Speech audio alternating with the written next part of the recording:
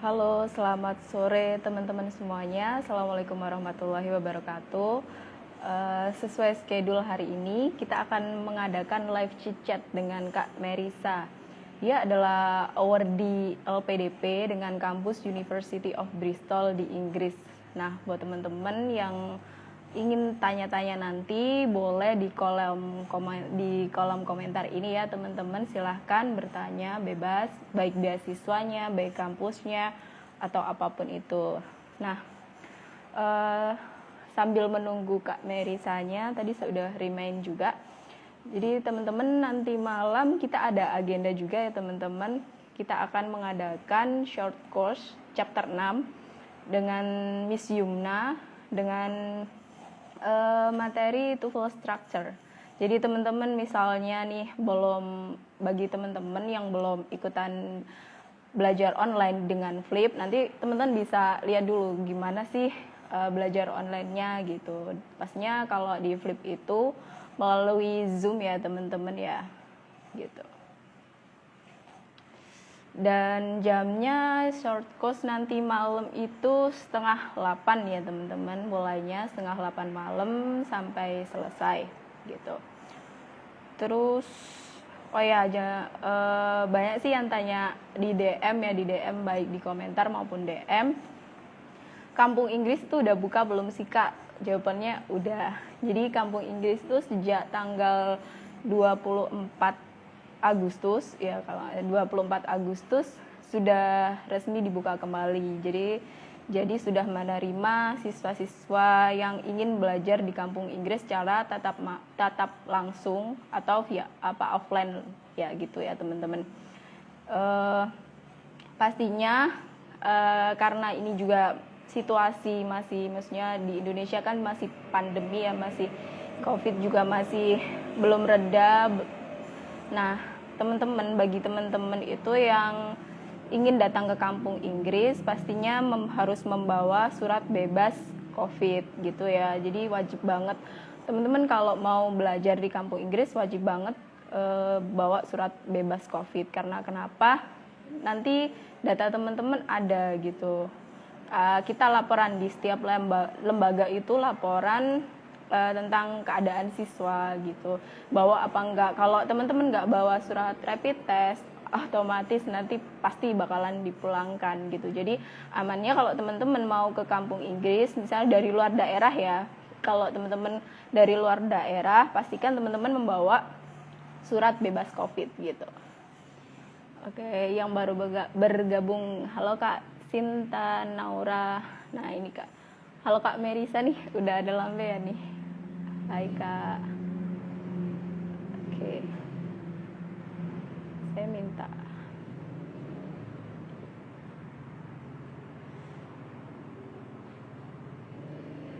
Kak Merisa boleh mau bergabung ya.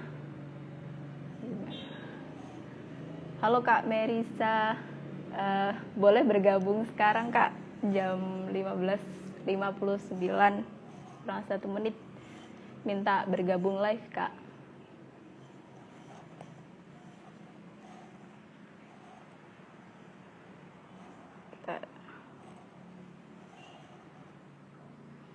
Oke.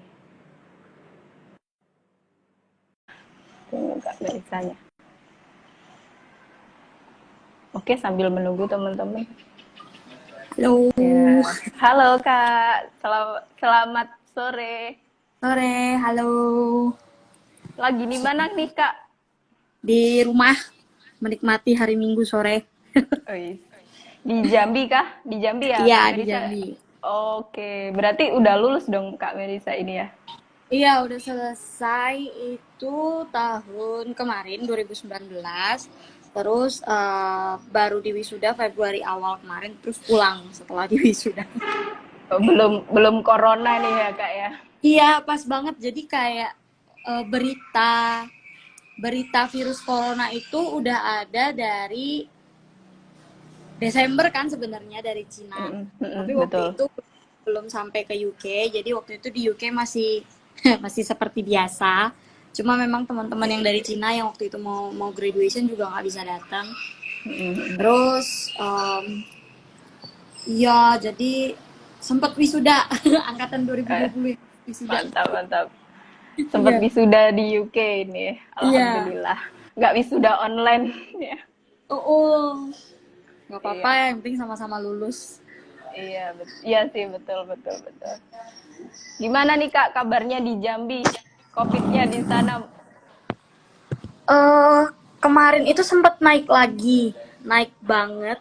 Tapi ya maksudnya kalau dibanding Jakarta ya nggak banyak-banyak Iya. banget ya. Kalau di Jambi itu biasanya yang naik itu satu hari sekitar 5-6 orang kayak gitu. Terus kemarin sempat Hmm, sampai 20, hampir 30 orang sehari dalam satu oke. provinsi. Tapi udah balik lagi sih.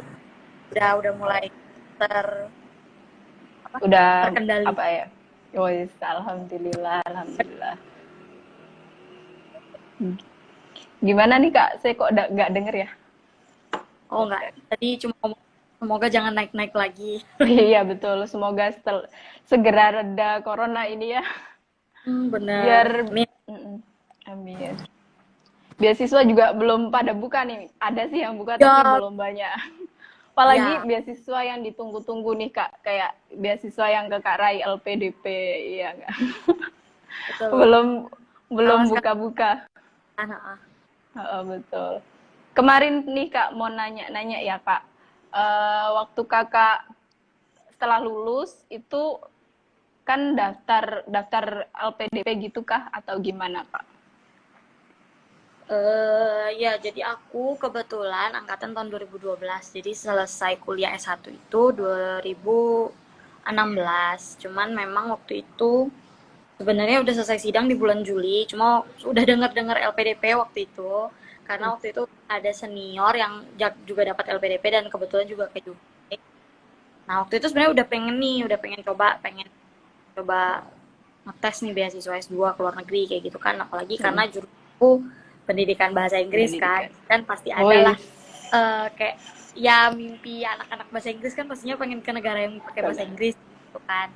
Jadi waktu itu eh, coba-coba cari tapi memang waktu itu nggak sempet daftar yang di tahun 2016 karena masih nunggu. Waktu itu simpang siur beritanya tentang bisa pakai ijazah, pakai surat keterangan lulus aja atau enggak kayak gitu. Ternyata nggak, kayaknya nggak, akhirnya memutuskan untuk nggak dulu daftar. Terus aku akhirnya daftar di tahun 2017 sambil disiap-siapin dulu kan karena waktu itu 2017 agak berubah sistemnya karena 2016 itu masih 4 kali pembukaan pendaftaran, terus di 4 2017 kali. ya diganti jadi satu kali masing-masing, dalam negeri sekali, luar negeri sekali. Luar negeri itu bukanya pertengahan tahun. Jadi waktu itu akhirnya aku mutusin untuk mempersiapkan dulu kayak IELTS juga kayak gitu sambil nyiapin daftar LPDP karena LPDP lumayan banyak kan, persiapan administrasi. Iya, betul, betul. Jadi kemarin itu Kak Merise itu daftar LPDP dulu atau kan eh, berhenti 1 tahun ya itu ya Kak nunggunya. Kan 2016 udah lulus, 2017 baru daftar ya. Gitu ya. Nah, itu Kakak udah punya LOE belum Kak dari Bristol? Waktu itu aku udah punya LOE, jadi karena waktu itu kan aku targetnya bukan cuma LPDP, ada banyak beasiswa lain kayak di akhir kayaknya Septemberan 2016 itu kan ada Chevening, sekarang juga baru buka Chevening. Iya, betul. Ada AS, terus ada beberapa beasiswa luar negeri lain. Nah, karena aku pikir kayaknya butuh deh IELTS gitu kan. Jadi di awal tahun 2017 itu aku mutusin untuk tes IELTS di bulan Maret, April, sekitar Maret, April gitu aku tes IELTS. Waktu itu di Jambi belum ada tes IELTS, jadi kalau di Jambi itu karena masih kota kecil, aku orang dulu, ya akhirnya aku putusin tes IELTS ke Jakarta, tes.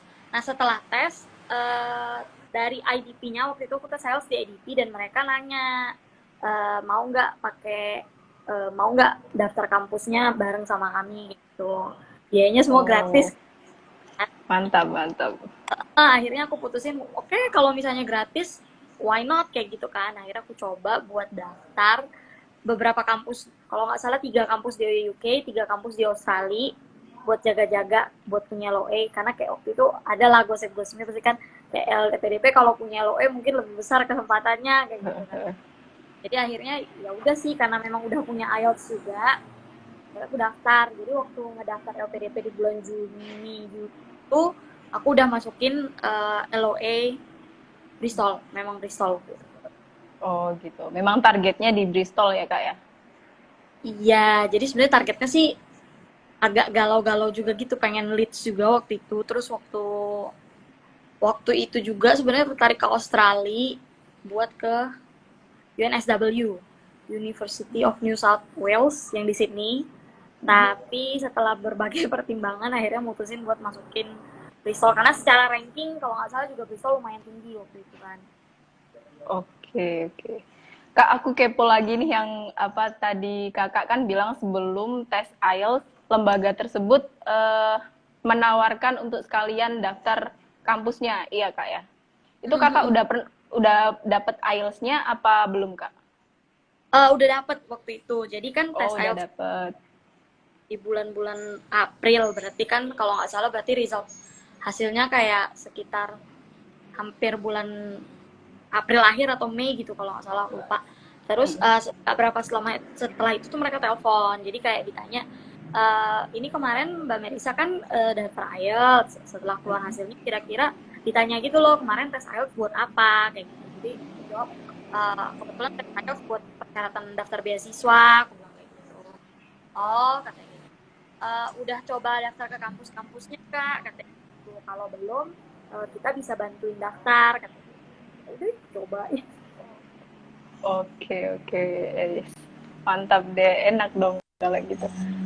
Jadi Iya, kalau jadi misalnya kita misal kita mau dapat LOE itu harus punya IELTS dulu ya kak, nggak bisa maksudnya submit submit dokumen kayak CV atau lainnya mungkin gitu.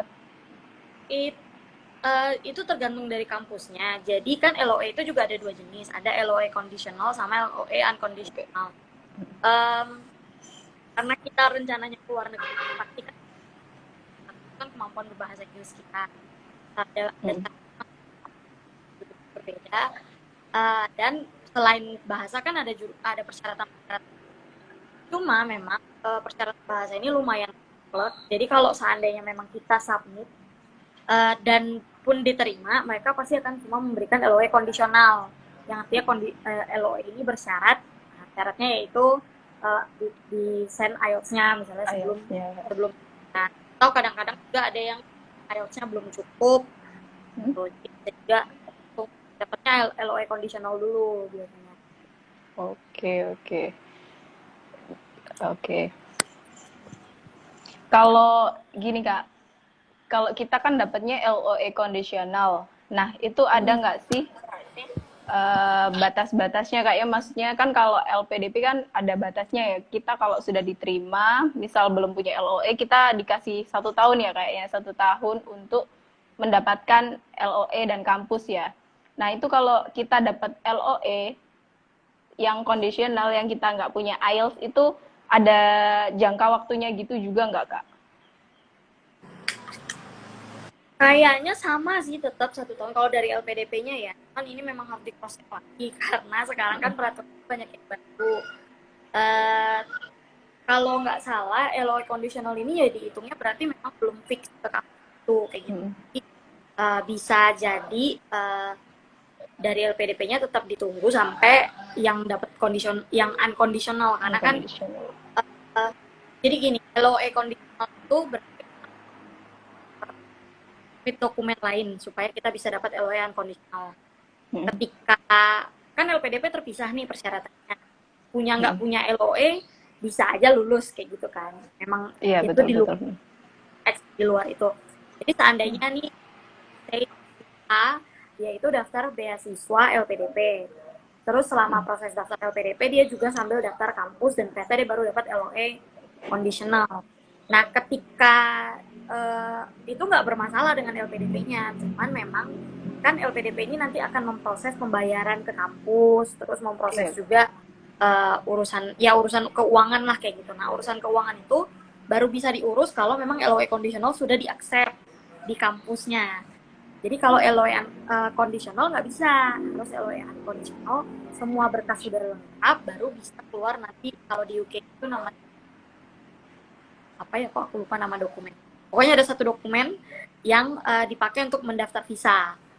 Jadi Oke. memang syaratnya kayak ini harus dipenuhi dulu baru bisa ke step berikutnya gitu. Jadi mau nggak mau ya tetap harus diselesaikan juga kan. Oke, ya betul betul sih. Oke, soalnya sih dengar-dengar nih Kak ya, kan ada berita-berita nih kalau LPDP itu mau buka cuma untuk teman-teman yang sudah punya LOE gitu. Makanya tanya-tanya gitu, mungkin kita bisa apply dulu atau dapat dulu LOE-nya dulu gitu. Tapi ternyata memang harus punya IELTS ya kalau mau dapat unconditional itu.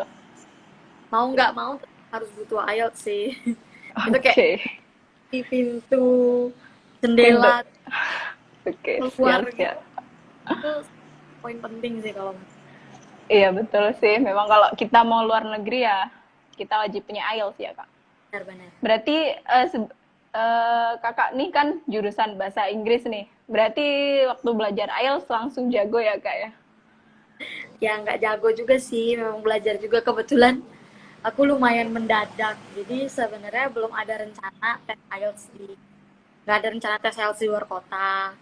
Terus tapi karena melihat situasi kayak yang kayaknya di Jambi tuh kalau ditunggu nggak penuh-penuh nih kuotanya kayak gitu. Akhirnya aku mutusin tes IELTS duluan. Jadi kayak 1 bulan, 1 atau 2 bulan lebih cepat dari perkiraanku. Tapi ya syukurnya lumayan cukup-cukup pas-pas skornya. Terus ya habis itu itulah yang dipakai buat daftar-daftar ke kampus-kampus. Oke. Kalau itu belajar sendiri apa kursus nih kak untuk dapat skor IELTS targetnya nih? Oh, aku kebetulan belajar sendiri. Jadi Oh, oke. emang waktu itu juga kan memang mutusin buat itu aku di lulus lulus kuliah dan aku memutuskan untuk coba cari beasiswa dalam 1 tahun itu. Waktu itu aku kerjanya cuman ngajar-ngajar privat gitu.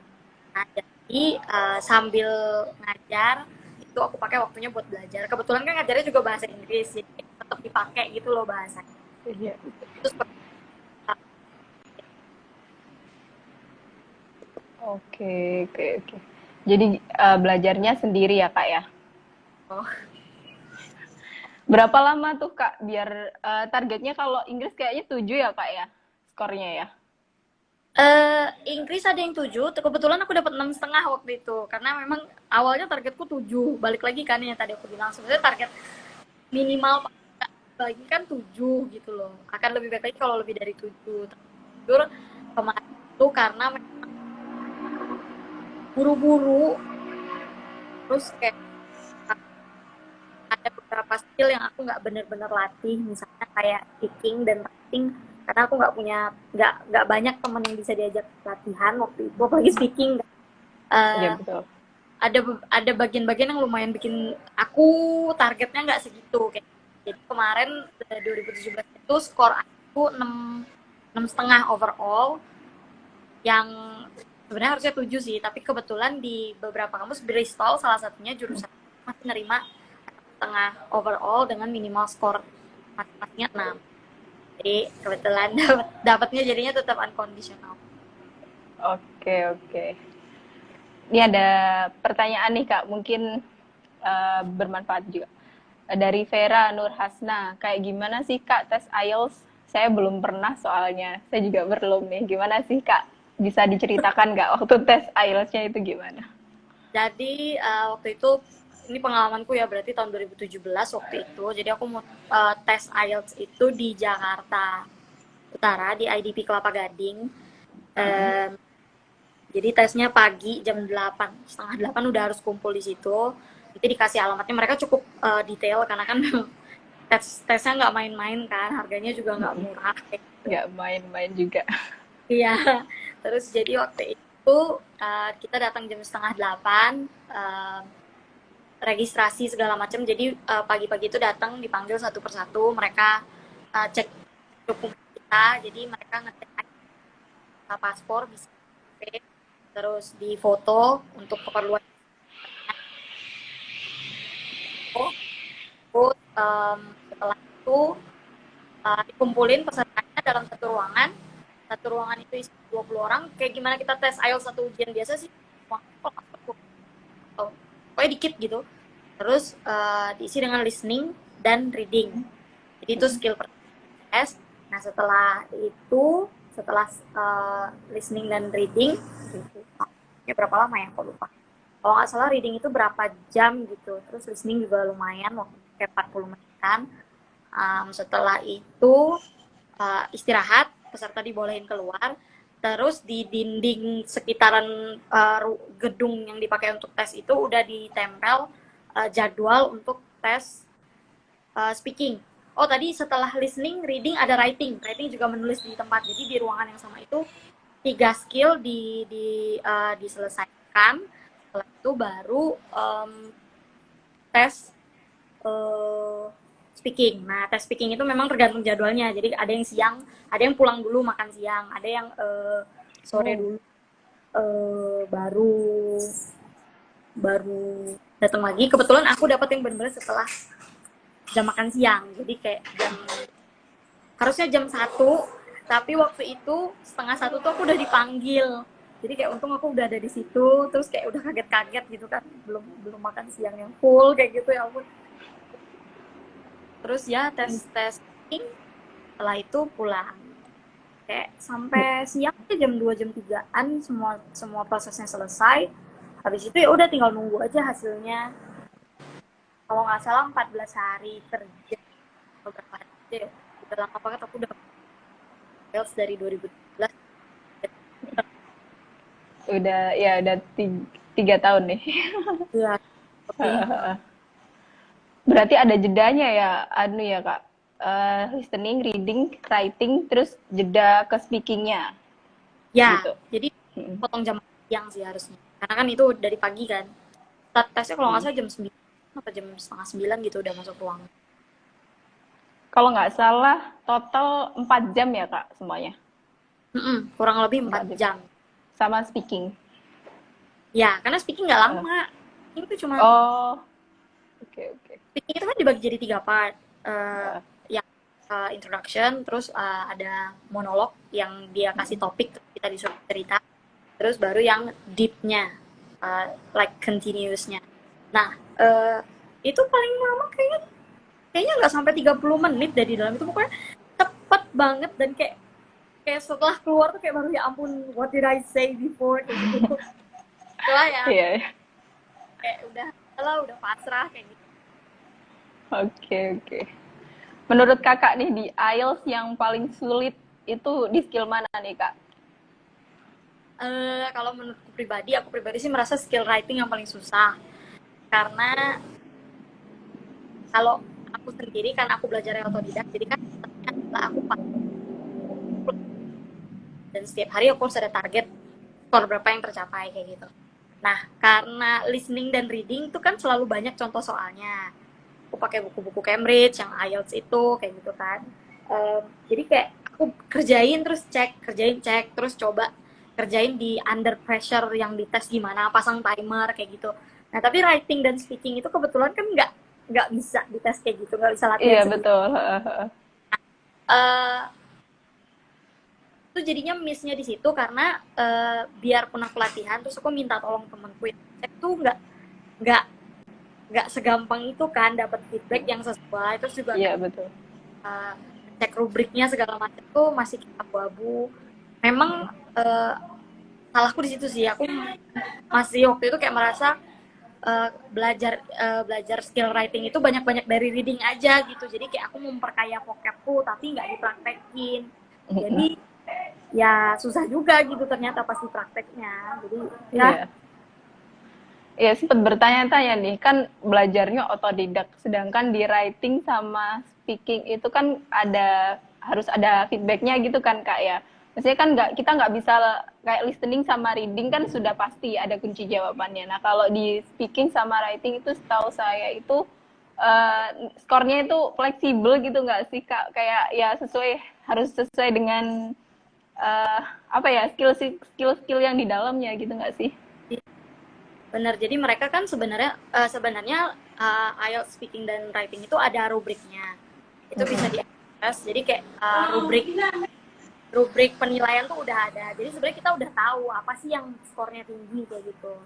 Karakteristik skor tinggi itu tapi ya karena kita jarang latihan, jadi kayak lagian kalau itu kan kita butuh feedback dari orang lain kan, like cannot Iya, see what our mistake, kayak itu sih yang agak waktu itu aku kayak waktu speaking, fortunately I got dapat lupa pokoknya skor speakingku di luar ekspektasi, malah waktu itu skor listeningku yang agak-agak mengecewakan karena waktu itu aku sudah yakin listeningku bagus kayak gitu, ternyata banyak yang miss di listening di hasil skornya, jadi kayak udahlah yang penting I've done my best, tried my best kayak gitu. Siap. Ini ada pertanyaan dari Vera lagi nih. Bedanya sama TOEFL gimana Kak? Ya, pasti beda banget ya IELTS sama TOEFL. Beda, terus secara sosial beda itu kalau kalau ada dan juga jadi terus beda.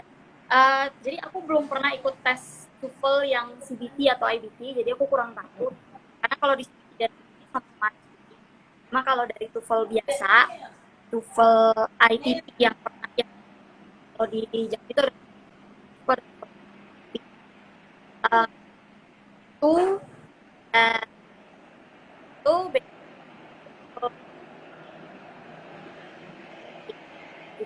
Maaf nih Kak, suaranya putus-putus Kak. Iya, aku Ya, ulangin ya. ya. Jadi kalau TOEFL ITP itu tidak ada writing, ada listening, reading, sama kalau di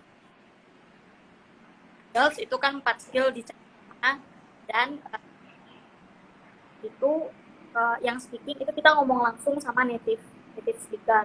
Yang kalau di TOEFL itu kalau nggak salah yang computer base itu kita ngomong, tapi kalau nggak salah ngomong sama komputer.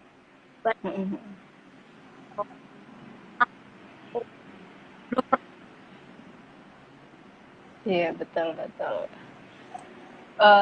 Sebenarnya suaranya agak putus-putus Kak. Sinyal saya apa sinyalnya? Maaf.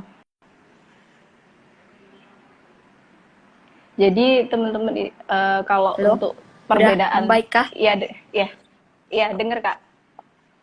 Siap. Oke, siap. Eh, Oke, jadi semoga menjawab ya teman-teman bedanya TOEFL sama IELTS. TOEFL pun ada perbedaan, maksudnya ada dua kategori ya, IBT sama ITP. Nah, kalau IBT itu setara dengan IELTS, kalau ITP itu sangat beda soalnya nggak ada writing sama speaking. Adanya itu writingnya itu diganti structure and written expression gitu kalau di ITP gitu. Oke, kembali lagi nih Kak Merisha. Dulu berarti waktu mendapatkan LOE udah dapat dari lembaga IDP itu ya Kak yang di Bristol ya. Terus habis itu apply LPDP. Nah, Benar. di proses apply LPDP itu ada apa aja sih Kak yang waktu 2017? Oke, jadi waktu 2017 itu prosesnya tahapannya ada 3. Jadi waktu itu kebetulan di tahun 2017 itu dibaginya 1 tahun itu range-nya cuma dibagi 1 kali dalam negeri dan 1 kali luar negeri. Di tahun 2017 tengah itu dibuka buat yang luar negeri. Jadi seleksi pertama sama kayak yang sekarang namanya seleksi administrasi. Kayak biasa kita buat akun di website LPDP-nya, ngisi beberapa bagian biodata, memilih kampus. Waktu itu kalau nggak salah pilihan kampusnya cuma 1 juga ya. lupa deh pilihan kampus ada berapa. Cuma terus masukin beberapa dokumen biasa, dokumen administrasi kayak ijazah, transkrip. Waktu itu masih ada esai, jadi diminta menulis esai, ada sukses terbesar dalam hidupku dan juga esai terbesar dalam hidupku sama kontribusiku terhadap Indonesia. Iya, betul. 2 esai itu. Nah, setelah itu sisanya ya karena tergantung bagian-bagiannya. Kalau kemarin aku kebetulan tes seleksi beasiswa LPDP yang afirmasi, jadi ada beberapa tambahan dokumen dari kelurahan yang diminta. Terus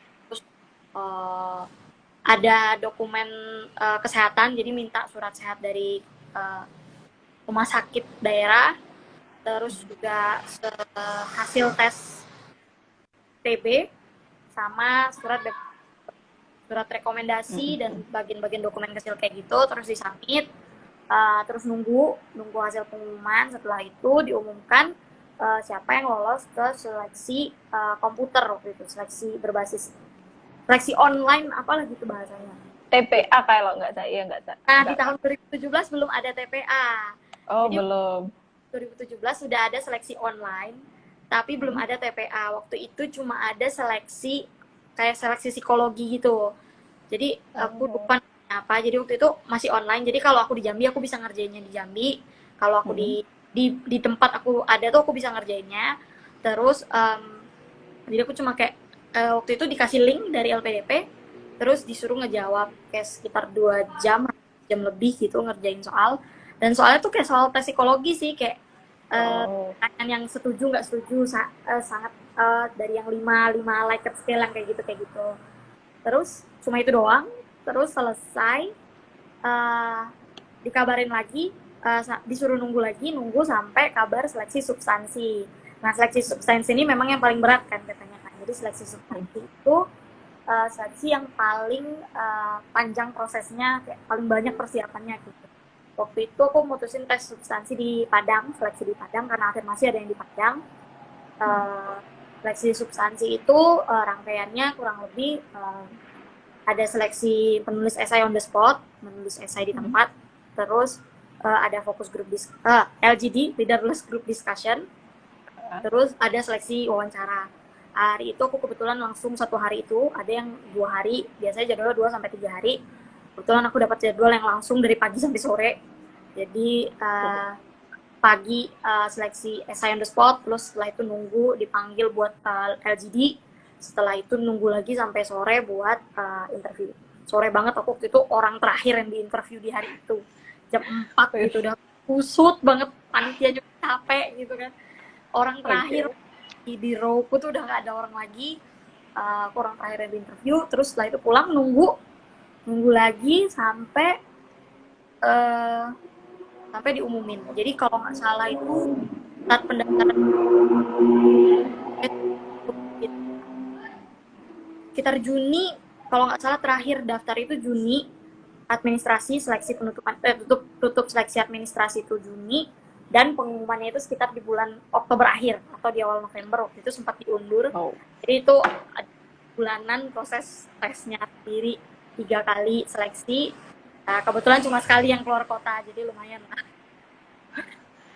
cukup lama ya Kak ya, dari Juni ke Oktober, hampir 4 bulan. Tapi itu dari administrasi sampai wawancara ya Kak, maksudnya dari hasil akhirnya. Oke, siap.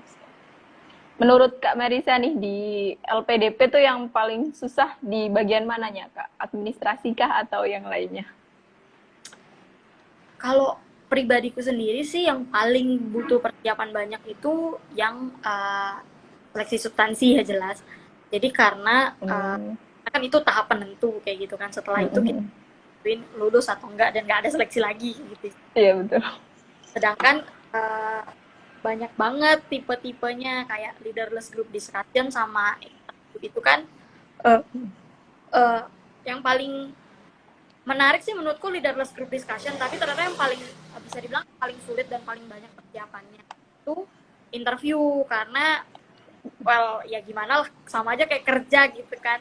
Interview kan apa penentu, dan yang interview tuh ya udah denger lah dari orang-orang yang seleksi sebelumnya, teman-teman udah seleksi duluan.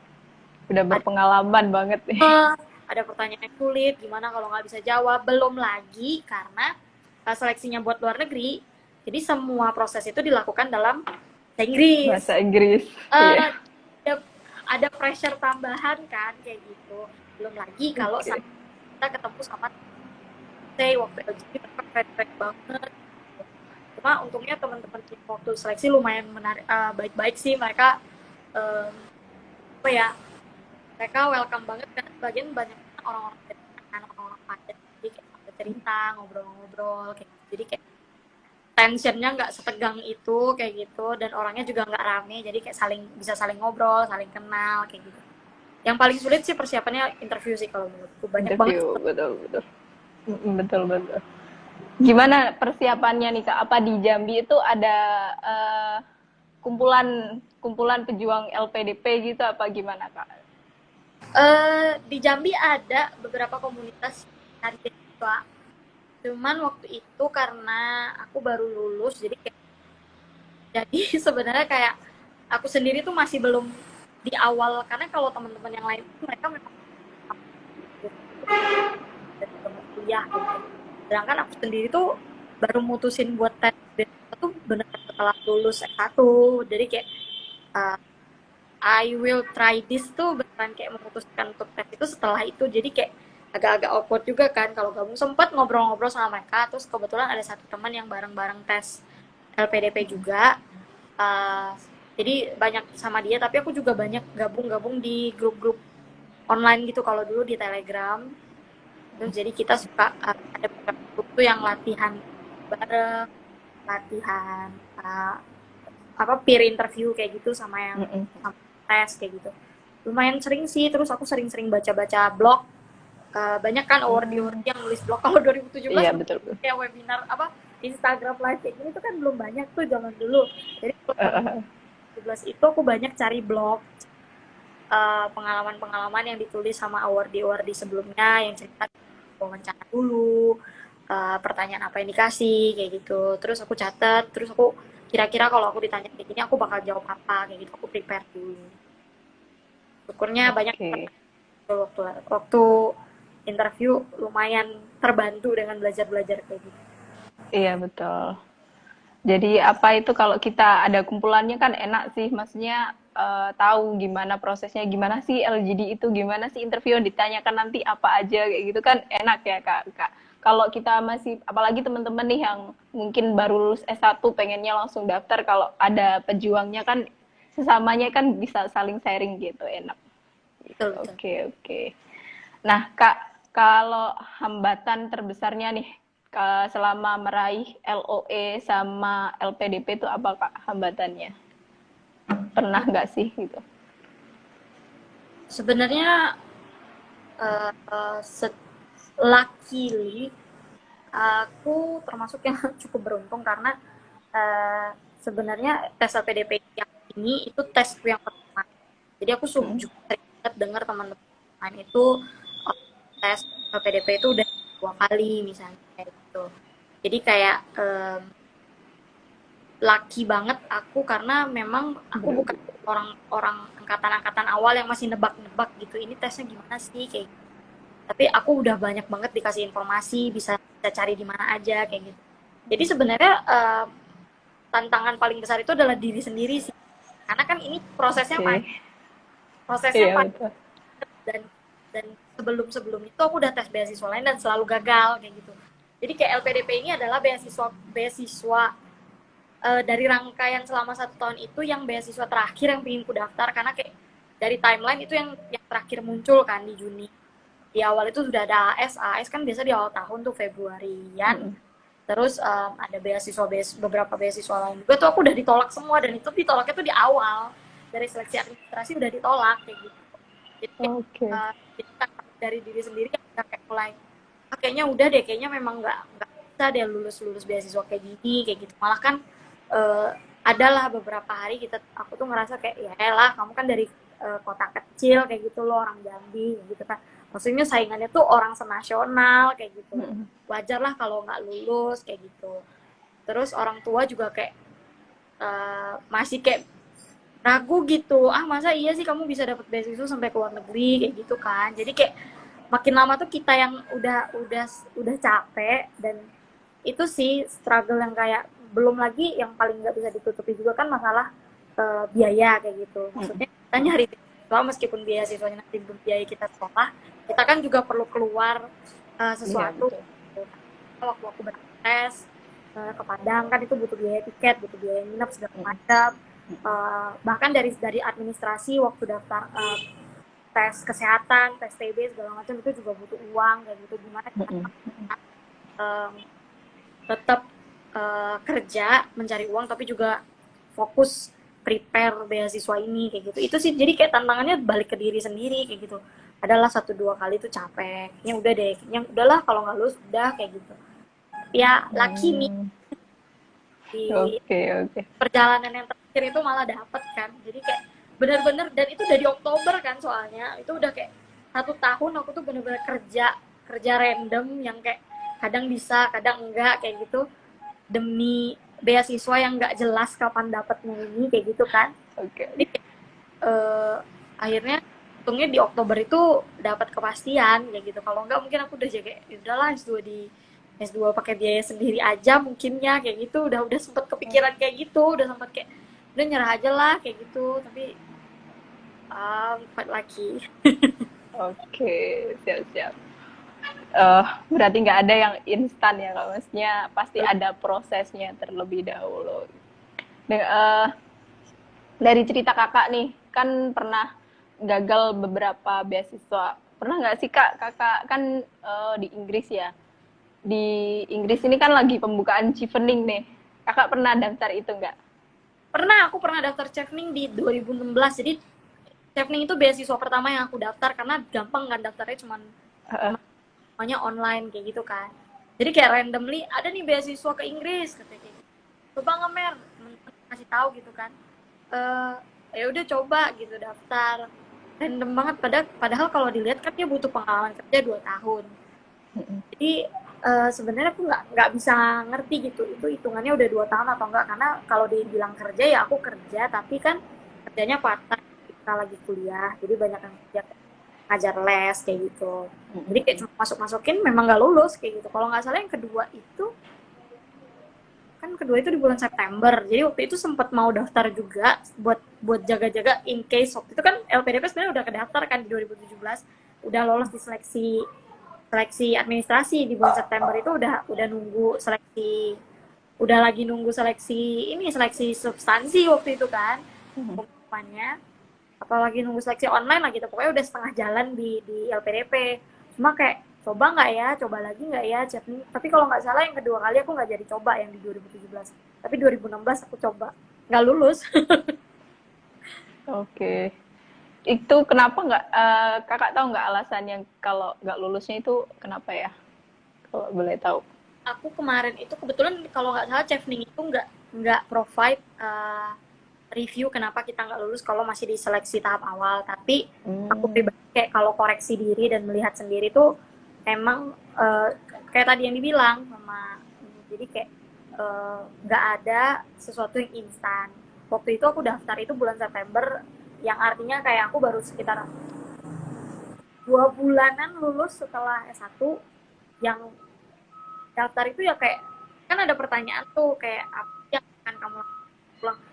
Aku tuh bener-bener type jawab itu kayak lagi ngerjain soal gitu loh, kayak langsung dijawab di situ. Padahal kan itu sebenarnya jawabannya mesti dipikirin mateng-mateng, apa yang ingin dijawab, esai bagaimana, bahkan dari bahasa Inggris structure in grammar gimana kayak gitu. Dan itu tuh aku nggak peduli kayak gitu, main jawab aja gitu. Kayak bener-bener no preparation, just try oke. anything kayak gitu. Jadi kayak aku tahu deh kenapa wajar lah kalau nggak lulus kayak gitu. Sempat sih research kayak ngecek, lihat-lihat award lulusan-lulusan Chevening tuh yang gimana kayak gitu. Mereka apa apa aja sih track recordnya kayak gitu yang keren-keren mereka akan. Jadi kayak aku udahlah daftar aja coba kayak gitu. Tapi nyoba itu nggak pakai preparation kayak gitu. Dan itu menurutku Oke. malah di situ sih kayak gitu. Minimal kalau memang ya, syaratnya ya kayaknya dipersiapkan baik-baik kayak gitu jawaban tiap pertanyaan. Nah, mereka cuma bisa nilai kita dari situ kayak gitu kan. Jadi kayak masih nggak aware banget. Nah, perbeasiswaan ini gimana, daftarnya gimana, itu benar-benar pertama aku banget sih. Oke, berarti kita harus rajin-rajin cari informasi dulu sebelum kita submit ya Kak. Bener-bener bener. Oke, ada Kak Nala ada Scott SR. Kak dengar-dengar LPDP bulan ini udah dibuka ya, yang pendidikan sama kesehatan. Nah itu yang tadi saya bilang tuh Kak, yang ya kabar-kabar nih di bulan ini tuh LPDP tuh mau buka tapi untuk bidang pendidikan sama kesehatan. Tapi saya baca di beberapa platform itu mereka harus punya LOE gitu. Nah makanya saya kepo gitu gitu sih. Jadi kalau misal teman-teman mau punya LOE seperti Kak Merisha tadi sih, kalau mau unconditional ya mau nggak mau kita harus punya skor IELTS gitu ya Kak. Ini mungkin mesti dicek ke websitenya sih, aku belum sempat ngecek juga udah ada kabar ini atau belum. Ya. Eh, Mungkin yang butuh LOE unconditional itu, kalau kalau aku nggak salah tuh ada sekarang kan udah banyak banget nih jalur tesnya PDP. Mm-mm. Terus ada satu jalur yang namanya perguruan tinggi utama yang Mm-mm. Mm-mm. 10 kampus terbaik dunia. Itu kalau nggak salah memang mereka butuh LOE unconditional kan, nggak bisa sembarang. Oke, Jadi berarti. jadi mungkin bisa dicek lagi, paling bener ke websitenya sih, karena di situ udah ada CS, jadi bisa bisa apa ya, bisa langsung tanya ke mereka peraturan yang sekarang kayak gimana. Setiap tahun peraturan PDP lumayan berubah. Mereka lagi Iya. memperbaiki Mm. diri supaya dapat sistem yang terbaik kayak gitu. Jadi kayaknya I'm not the right person to give the answer. Oke, siap siap siap. Gimana sih Kak, ini ada pertanyaan lagi dari Kak Nala. Gimana sih Kak caranya biar bisa dapet LOE gitu? Caranya, Tadi kayaknya. Mm-mm. ya caranya daftar sih, tidak ada jalan lain. Jadi uh, bisa bisa daftar ke kampus langsung. Jadi LOA itu adalah surat yang diberikan dari kampus luar negeri. Mau dari Amerika, pokoknya dari luar negeri lah, namanya LOA, Letter of Acceptance kayak gitu. Cara mendapatkannya biasanya kita mendaftar ke kampusnya, penuhi semua persyaratannya. Cuman kalau untuk kampus Inggris dan Australia kebanyakan itu bisa dibantu dari agent-agent kayak gitu. Cuman itu tidak wajib. Hmm. Wah, pegang gini aja ya. Kebetulan habis baterai. Iya, siap. Oh, oke Kak, oke. Ya, ada lagi nih pertanyaannya. Iya, dari Oktario. Kak, LPDP bagian susahnya tes apa ya Kak tadi? Tadi udah Tadi dijawab udah. ya, yang Yes. bagian substansi pastinya Mm-mm. gitu. Nah Kak, saya tuh sebenarnya kepo banget kan Kakak di University Bristol, Inggris, S2-nya ya. Betul. Kalau nggak salah 1 tahun nggak sih Kak Betul. belajarnya di sana? Ya. Sedangkan di mana-mana itu baik di dalam negeri maupun di luar negeri kebanyakan kan 2 tahun. Nah sistem di Inggris tuh gimana sih Kak? Kok bisa masternya itu cuma 1 tahun? Oke, jadi kalau di Inggris, tapi nggak semua. Jadi kebanyakan, jadi kayak mungkin sekitar 80-90% program S2 di Inggris itu dia masa waktunya pasti 1 tahun atau 12 bulan. Di Australia juga ada beberapa yang 1 tahun, tapi kebanyakan 1,5 sampai 2 tahun. Di Amerika juga gitu, ada beberapa yang cuma 1 tahun, tapi kebanyakan lagi-lagi 2 tahun. Nah, kenapa di Inggris 1 tahun?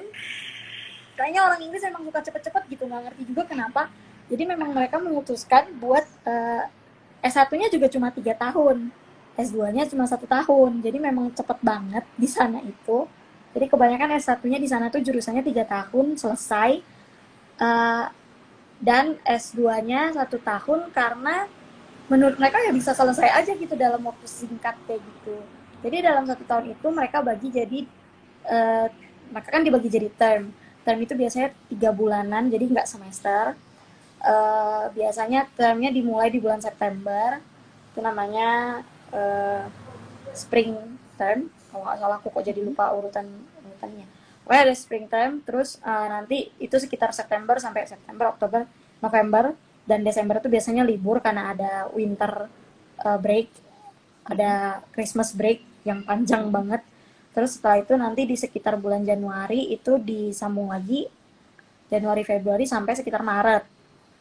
Itu kuliah juga ada 1 term lagi, jadi sampai sekitar Maret April. Nah di bulan Maret April itu juga ada libur karena ada Easter break namanya. Jadi ada libur Easter, libur Banyak lagi. liburnya. Mereka suka libur Oke. panjang, tapi kalau di Indo kan suka kayak hari Sabtu ada hari libur, ada tanggal merah yang bertebaran di mana-mana gitu kan. Kalau di sana jarang ada tanggal merah.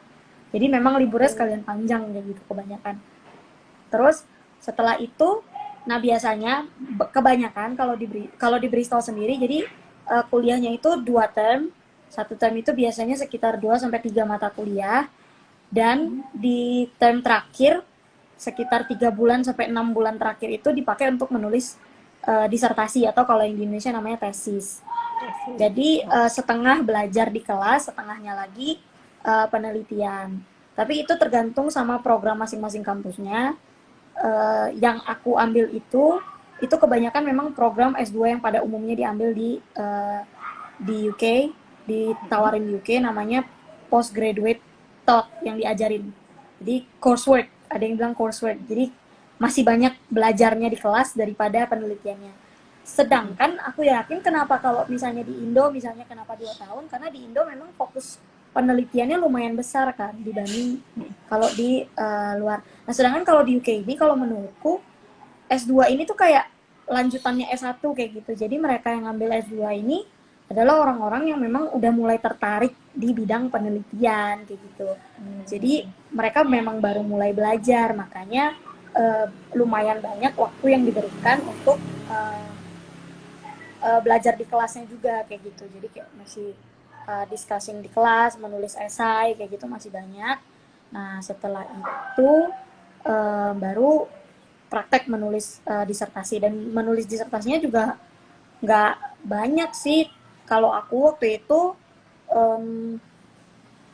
batas apa sih, limit maksimal katanya nggak cuma banyak 15.000 kata. Cuman waktu itu aku ngecek, aku sempet waktu itu kayak penasaran gitu kan, waktu aku S1 skripsiku berapa kata ya kayak gitu.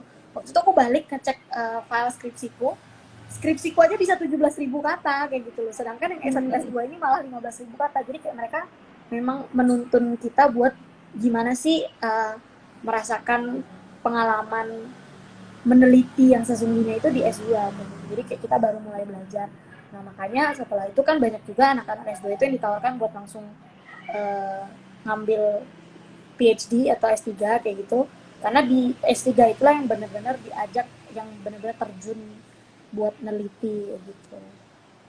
Oh gitu. Berarti waktu di Bristol itu kan aku juga kepo nih Kak, soalnya aku kan dari jurusan pendidikan. Kan salah nih. Kalau di Inggris penelitiannya gimana nih Kak? Waktu buat nulis tesis ya, kalau di sana disertasi ya. Itu gimana penelitiannya, di Inggris kah atau kita meneliti daerah gitu gimana? Bebas, kita dibebasin buat milih topik. Cuman memang kebanyakan kalau teman-teman yang dari Indonesia termasuk aku sendiri itu kita mutusin buat neliti teman-teman yang ada di Indonesia. Pertama pertimbangan kita karena kan nanti kita bakal balik ke Indonesia, akan lebih berguna dan lebih relevan kalau kita meneliti sesuatu yang memang dekat dengan lingkungan kita. Lagi-lagi kan kalau kita neliti pasti kan muncul permasalahannya dari apa yang ada di sekitar kita dulu kayak gitu kan. Sedangkan kita berangkat ke luar negeri pun, apalagi kalau yang dapat beasiswa kayak gitu kan, pasti kita punya misi tertentu lah buat apa sih yang mau dibawa balik ke Indo kayak gitu nantinya. Nah makanya kebanyakan termasuk aku sendiri nelitinya sesuatu yang ada di Indo kayak gitu. Tapi nggak menutup kemungkinan buat melakukan penelitian di UK. Cuma memang neliti di UK itu, apalagi kalau kita pendidikan kan ke sekolah nih, kebanyakan itu to be honest, masuk ke sekolah di UK itu prosesnya lumayan susah dan panjang. Jadi itu juga sebenarnya agak-agak dihindari sebenarnya kayak gitu loh. Jadi kayak agak ribet karena mereka child protectionnya sangat tinggi banget, nggak sembarang orang bisa masuk ke sekolah. Jadi makanya itu juga yang jadi pertimbangan kenapa mesti ribet kayak gitu kan. Tapi balik lagi sih, alasan utamanya karena memang topiknya yang lebih relevan ya yang ada di Indonesia kayak gitu, daripada ngambil topik yang di UK terus kita balik ke Indo juga buat apa kan kayak gitu. Jadi ya akhirnya mutusin buat yang di Indo aja. Di Indonesia. Oke, berarti gimana nih Kak caranya? Maksudnya kan Kakak di posisinya di Inggris, sedangkan yang diteliti ada di daerah Kakak. Nah itu gimana ya? Maksudnya Eh, risetnya keba- itu gimana? kebanyakan teman-teman, kebanyakan sih pakai online ya kita. Jadi ada yang kalau yang kuantitatif dia kirim survei online kan gampang tuh, bisa diakses siapa aja. Aku sendiri kemarin pengalamannya aku penelitiannya kualitatif kebetulan, terus interview, jadi Skype, lewat interview Skype kayak biasa. Cuman memang orangnya nggak banyak dan bisa di approach secara temen lah kayak gitu. Jadi lumayan terbantu. Segampang itu sih sebenarnya kalau online. Terus juga ada beberapa teman-teman itu yang neliti em, ini teman-teman yang ada di sana kayak gitu. Jadi aku sempat juga bantu beberapa teman yang neliti, misalnya banyak itu teman-teman yang misalnya jurusannya pendidikan bahasa Inggris, yang TESOL, teaching English to speaker of other languages itu. Jadi mereka neliti kita sebagai mahasiswa S2 yang kuliah ke negara Inggris kayak gimana. Itu kan topik yang menarik kan sebenarnya kayak gitu. Nah, jadi mereka interview aku atau interview teman-teman lain yang ada di jurusan tertentu kayak gitu. Banyak sih topik-topiknya. Jadi kayak uh, neliti teman yang jauh yang ada di Indo tuh bukan bukan problem yang besar. Dosen-dosen juga banyak yang ngedukung kayak gitu. Oke, oke. Berarti nggak di sekolahan ya kan? Misalnya kayak dulu nih waktu S1 kan kita ke Iya, sekolahan terjun di gimana metode pembelajarannya, gimana gurunya dan lain sebagainya gitu. iya. Aku sih kebetulan karena memang backgroundku bukan guru sekolah, jadi sebenarnya pengen sih, pengen banget eh, ke sekolah kayak gitu. Tapi karena kondisinya aku nggak bukan bukan guru sekolah, belum ada pengalaman mengajar di sekolah. Jadi waktu itu memang aku mutusin buat interview. Karena aku backgroundnya guru privat. Jadi kebetulan ya curhat kayak topik yang aku bahas itu adalah komunitas guru-guru bahasa Inggris, tapi yang kebanyakan itu bukan guru-guru sekolah. Jadi waktu itu aku Oh, interview mereka, gimana pengalamannya, apa sih fungsinya, karena kan mereka nggak dapat pelatihan segala macam kayak gitu. Topiknya oke. lumayan menarik kan, soal community kayak gitu. Jadi jadi lumayan, dan ada temenku yang sama, dia jurusan TESOL, dia juga nginterview teman-temannya yang di sekolah, tapi teman Oh, guru, sesama guru. Jadi siap, siap. balik lagi sih lebih ke topik-topik yang kita minatin itu apa, karena kalau kita ke S2 kan nggak cuman terpaku sama praktek pengajaran di kelas, apalagi sebenarnya kalau di Bristol sendiri fokus mereka luas banget, lebih banyak juga ke kayak policy, kayak ke kebijakan-kebijakan pendidikan, terus juga kayak pengembangan kemampuan guru kayak gitu. Jadi bukan cuma sesuatu yang cuma ada di dalam Siswa. kelas, Oke, berhubungan sama oke. siswa, tapi Oke, a lot oke. of other things kayak gitu. Jadi seru banget sih sebenarnya, ya kayak gitu. Siap, siap. Banyak banget nih informasi dari Kakak. Terima kasih. Siap. Eh, ada pertanyaan nih Kak dari Oktario 62. Apa tadi pertanyaan? Maaf Kak, saya baru masuk ya. Oke, mau nanya lagi Kak, biaya kehidupan sama proses kuliah di Inggris susah nggak sih Kak? Gitu. Biaya hidup kalau dirupiahin gede, gede banget. Tapi karena kita kan berangkat pakai LPDP ya. LPDP itu udah mempertimbangkan, udah mengariset segala macam. Jadi uang saku yang diberikan ke kita, uang buku, uang saku, uang biaya hidup segala macam itu udah cukup banget untuk tinggal di sana. Jadi kita nggak pernah kekurangan, uang LPDP-nya juga nggak pernah telat datang kayak gitu. Bahkan kalau kita pintar-pintar nabung masih ada yang bisa ditabung kayak gitu. Jadi itu tergantung lifestyle orang kan. Jadi kalau ditanya pengeluarannya berapa akan beda-beda setiap orangnya. Kalau yang rajin masak di rumah ya lebih hemat. Kalau yang nggak, yang suka jajan mungkin agak lebih mahal kayak gitu. Terus kalau kuliah di sana susah nggak sih kak? Susah. Ya dibilang kalau mudah ya nggak mudah, tapi ya kalau dibilang susah ya selesai juga kayak gitu intinya. Jadi yang paling bikin bingung itu ya paling pertama-tama itu agak culture shock karena kan beda sistem pembelajaran di sana dan di sini. Di sana benar-benar mandiri, di sana benar-benar ngelepas kita. Jadi kayak di kelas itu cuma 2 jam, kalau kita nggak nanya ya mereka nggak bakal nanya balik kayak gitu. Kalau kita nggak ke kelas pun mereka nggak bakal nyari kayak gitu. Karena eh, balik lagi Yang nilai yang mereka ambil tuh dari esai, dari tugas akhir kayak gitu. Jadi kalau kita nggak datang kita yang rugi sebenarnya kayak gitu karena kita nggak dapat informasi, nggak dapat penjelasan. Terus yang paling terasa banget juga adalah critical thinkingnya, kemampuan kita untuk belajar nggak cuma nerima kayak gitu karena orang di sana nggak nyuapin ilmu, mereka cuma kasih ilmu. buku ya kalian baca sendiri menurut kalian gimana kayak gitu.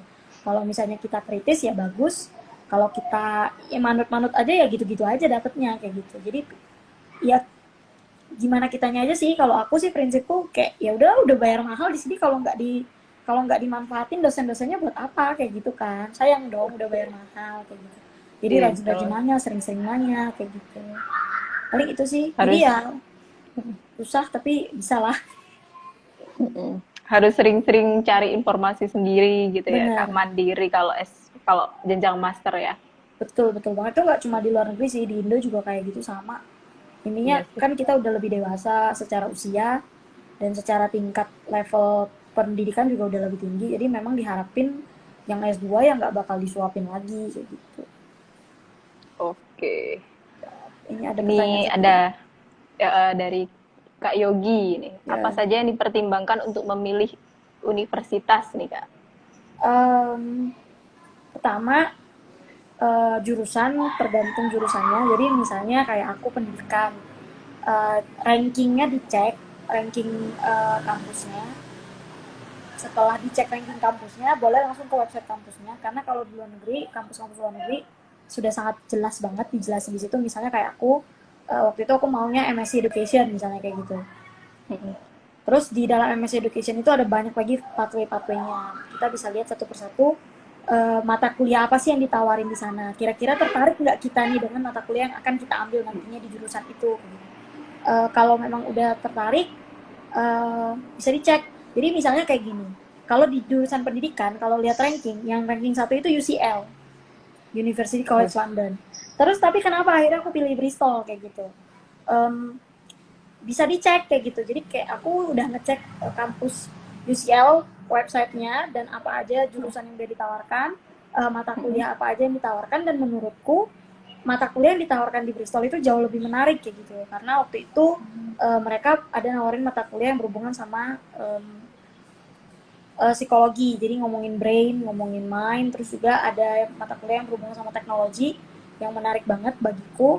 Jadi aku ngerasa kayak ini mata kuliah yang kayak gini kayaknya nggak ditawarin nih di UCL kayak gitu, dan aku pengen belajar yang di sini kayak gitu. Akhirnya aku mutusin buat ke Bristol. Jadi ada banyak banyak poin-poin kecil yang sebenarnya perlu di research, dicek, research lagi, cek lagi, tanya lagi sama senior. Uh, tapi yang paling penting itu adalah ya justification kayak itu, based on yang sesuatu yang memang nyata, data kayak gitu dari website kampus, dari ranking kampus misalnya kayak gitu. Itu berpengaruh juga sih nanti waktu seleksi LPDP. Mantap, mantap. Banyak banget di itu. Oke, Kak. Saya juga sedang bingung nih, maksudnya pilih kampus. Kalau dulu sih targetku sih di UPI, Kak, karena kan memang di pendidikan bagus di UPI ya kalau Ya, master gitu. Terus gara-gara ke kampung Inggris nih, aduh jadi kok kepengin kayak temen-temen gitu. Maksudnya kan banyak, kamu tuh luaskan lagi jaringan kamu di beasiswa itu banyak kok, karena saya juga pernah gagal beasiswa. Terus habis itu kalau di universitas cari LOA sih belum sih, Kak, jadi aku makanya kepo banget nih apalagi sama pendidikan gitu. gak apa-apa, harus Terima kasih rajin-rajin banyak, ngecek. Kak. Siap, rajin-rajin ngecek, rajin-rajin nyari informasi kayak gitu. Apalagi kalau sekarang kan udah banyak banget yang bikin webinar lah, live Instagram kayak gini kayak gitu. Iya, Banyak-banyak siap, cari siap, informasi, harus kita yang pintar rajin nyari gitu. siap. Terakhir nih, Kak, udah jam 5 aja nih, nggak kerasa banget. Iya. uh, Motivasi nih, Kak, buat teman-teman yang lagi belajar IELTS atau TOEFL, ngejar beasiswa dan cari LOA gitu. Gimana Kak motivasinya dari pengalaman-pengalaman Kakak? Oke, jadi buat teman-teman yang masih yang sedang berusaha buat dapat beasiswa atau yang sedang berusaha memantapkan nilai IELTS-nya ataupun yang intinya yang sedang berusaha buat meningkatkan lagi kemampuan dirinya, semangat meskipun misalnya mungkin teman-teman sekarang lagi dilanda kesulitan yang benar-benar kita nggak bisa prediksi, terutama di masa sulit kayak gini, di masa Iya. pandemi kayak gitu. Tetap semangat teman-teman. Kalau intinya jalan itu akan ada buat teman-teman yang selalu berusaha kayak gitu. Tapi ingat berusahanya itu memang dengan sesuatu yang jelas dan di plan kayak gitu. Kalau kalau menurutku ya. Jadi kayak usaha harus dibarengi juga dengan doa, terus juga dibarengi dengan usaha yang terus menerus kayak gitu. Jadi bukan cuman misalnya dengar-dengar berita, dengar motivasi gitu loh. Jadi kayak seberapa gede pun motivasi yang diberikan dari orang lain, motivasi yang paling besar dan paling kuat itu adalah Dari diri motivasi yang sendiri. datang dari diri sendiri. Iya. Jadi terus pertanyakan gitu loh, apa sih yang akan kalian dapetin, apa sih goal yang kalian inginkan, supaya kalian nggak lupa sama tujuan akhir yang kalian mau kayak gitu. Siap, siap. Semangat. Oke. Terima kasih Kak, mohon doanya buat saya dan juga untuk Siap, teman-teman yang amin. lagi lihat gitu. Siap, amin. Oke, Semangat terus. sebelumnya sekian dari Kak saya. Sudah jam 7:02. Mohon maaf Kak atas Apa-apa. molornya. Eh, saya benar-benar ucapkan terima kasih karena aduh banyak banget ilmunya. Alhamdulillah, terima kasih. Sehat-sehat terus Kak Merisa dan sukses untuk kedepannya. Ya, Selamat sore. sore. Ya, Bye-bye. dadah teman-teman.